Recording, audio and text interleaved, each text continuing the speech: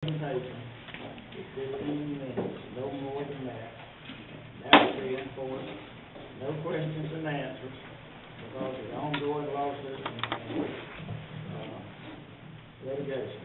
Please respect our wishes so that we may not say something or hear something that might jeopardize our positions in these lawsuits. There will be only one presentation on this issue, and that includes the unattended audits.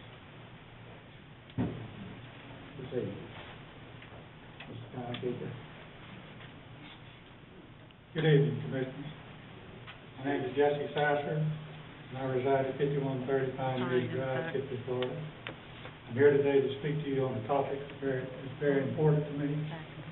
And judging from the crowd, it's important to a lot, seems to be important to a lot of people. The topic is the Sykes sand pit. These are the facts that we all know.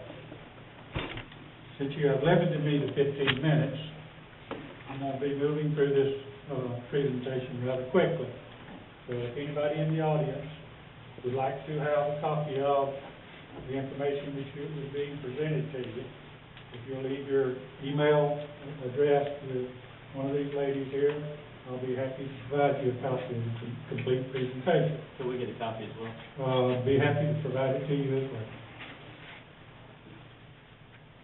We all know that Lamar Sykes started his operation in a sinkhole, and you can see from this aerial photograph there were two sinkholes on his property. I have marked the two sinkholes with boxes so that you can see where they are as the slide transitions to 2007. You can see that both of the sinkholes are located, as it transitions, you can see that both of the sinkholes are located within two different lakes created by the mining operation. We all know that Lamar Sykes applied for a special exception permit in early 2007 from the county to expand his mining operations onto properties that he had recently purchased. Now you will note on the slide in front of you now that I've highlighted the properties on the slide. And if you will, notice that is a 2010 aerial photograph with the properties overlaid and highlighted onto it.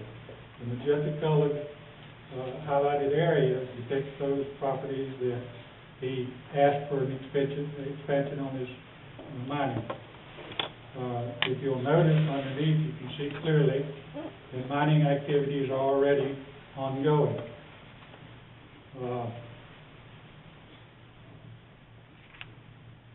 So we all see that it didn't matter to Lamar Sykes whether he got the approval or not. He was already mining the property, and when he asked for permission, and he continued to do that afterwards. I'm sorry I needed to back up, but what I wanted to show you is that I have also overlaid the property boundaries that he was asking to permit over a 2007 aerial photograph. You'll notice that those mining activities, those cleared properties, if you look underneath the magenta colored highlight, are in existence in 2007. So we all see that it didn't matter to Lamar Sykes whether he got our approval or not. He was already utilizing the property when he asked for permission, and he continued to use it afterwards, after he was denied. We all know that the residents and property owners and concerned citizens showed up en masse for the public hearing on this special exception and was overjoyed when the Board of County Commissioners denied his request. We all know that soon after that, Lamar Sykes filed a lawsuit against the county for their denial of the special exception, asserting that an angry mob of citizens had swayed their decision. And we all know that this suit is completely a separate suit from his continuing violations on the existing special exception permit that he applied for and obtained in 1998. What I'm talking about here is the mining permit in 1998, not the suit that he filed against you because you denied to expand his operation. We all know that Lamar Sykes has violated the terms and conditions of the special exception permit approved by Washington County. We all know one of his deeds in April of 2002 and has been utilized as the main entrance to his pit until late 2010. That's more than 8 years this commission, its staff has allowed this violation to exist. You can also see from the slide that he actually has 2 driveways, but he's only using one of them now. I could go into more information, but I don't have time about his use of an illegal driveway on State Road 20. We all know that another of his violations is the mining of a shale-based material defined by his own professional hydrologist as the intermediate confining aquifer.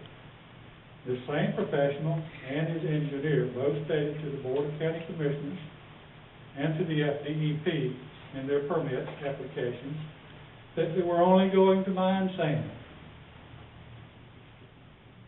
That doesn't look like sand that they're mining to me. We all know that the depth of this excavation is getting perilously close to lime rock formations that make up the Florida aquifer. On this slide, if you look at the highlighted area, what we've done is made a comparison of the Sykes cut to well information that came from the Northwest Florida Water Management District. If you notice on that slide, you'll see that we estimate that he's about 40 feet down into the intermediate confining aquifer. We determined that by the shale beds. We determined that by where the shale bed starts and the sand ends on the adjacent mines.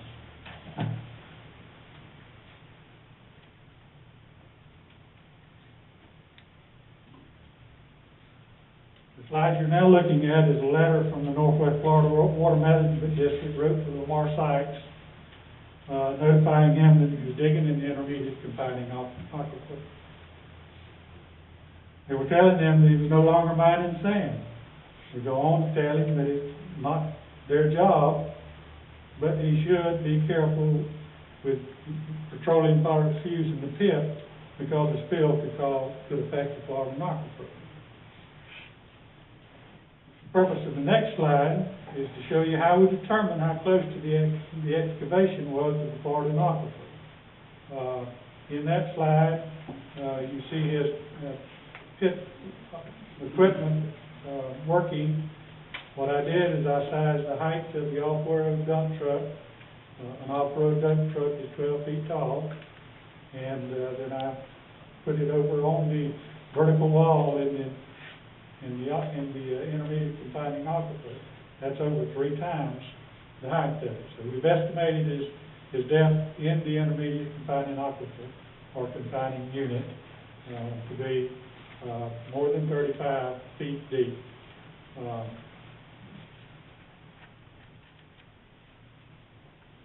This slide shows that we estimate the cut to be over halfway through the intermediate confining aquifer. Going back to the next slide. Over halfway through the intermediate confining aquifer. Therefore, the estimated depth of the pit is at least 120 feet. He's digging about 120 feet deep.